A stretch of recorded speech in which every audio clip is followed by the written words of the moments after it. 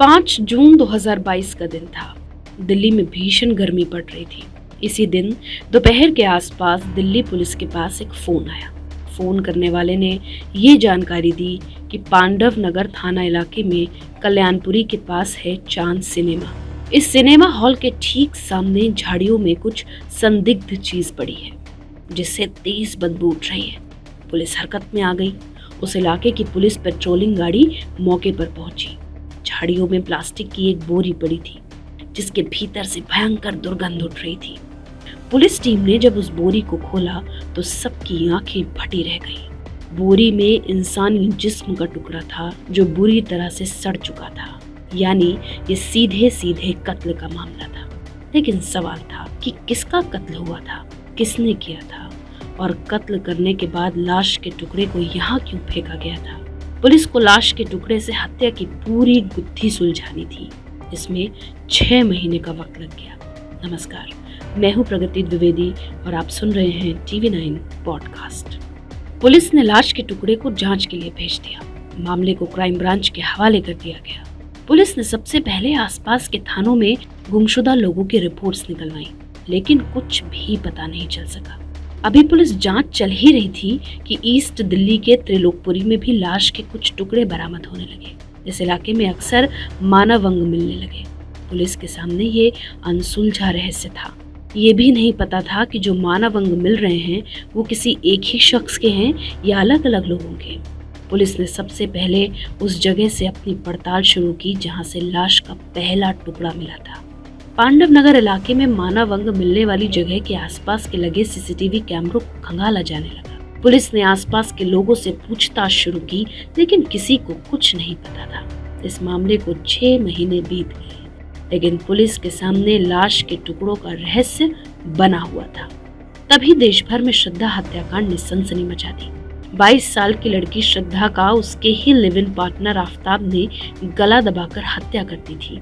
इसके बाद वो हैवानियत पर उतर आया। आफ्ताब ने श्रद्धा की लाश के 35 टुकड़े कर दिए और उन टुकड़ों को अपनी फ्रिज में रख दिया। वो रोज रात को अपने घर से निकलता और श्रद्धा की लाश के टुकड़े जंगल में फेंक आता। पुलिस ने जब श्रद्धा हत्याकांड से पर्दा उठाया तो सबके रोंगटे खड़े हो गए। दिल्ली पुलिस के सामने इसी तरह का एक और मामला पड़ा था। पुलिस को पता लगाना था कि त्रिलोकपुरी में मिले लाश के टुकड़े की असली कहानी क्या है। 6 महीने बाद इसका भी राज खुला। ये श्रद्धा हत्याकांड की तरह ही मामला था।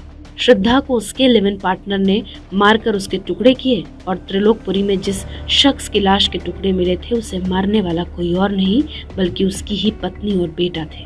पुलिस ने बताया कि मरने वाले का नाम अंजन दास था।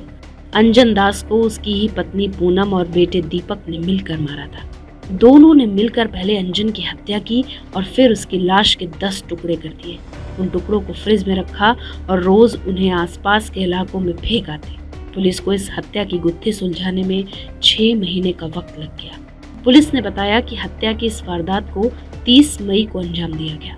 मृतक अंजन दास की पत्नी पूनम ने पुलिस को बताया कि उसका पति उसकी बेटी और बहू पर बुरी नीयत रखता था। उसके दूसरी महिलाओं से भी अवैध संबंध थे।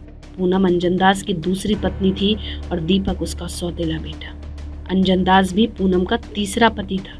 उसके पहले भी उसकी 2 शादियां हो चुकी थी। पूनम ने अपने बेटे दीपक के साथ मिलकर पति अंजन दास की हत्या की साजिश मार्च-अप्रैल में ही रच ली थी। 30 मई को दोनों ने मिलकर अंजन दास को शराब पिलाई।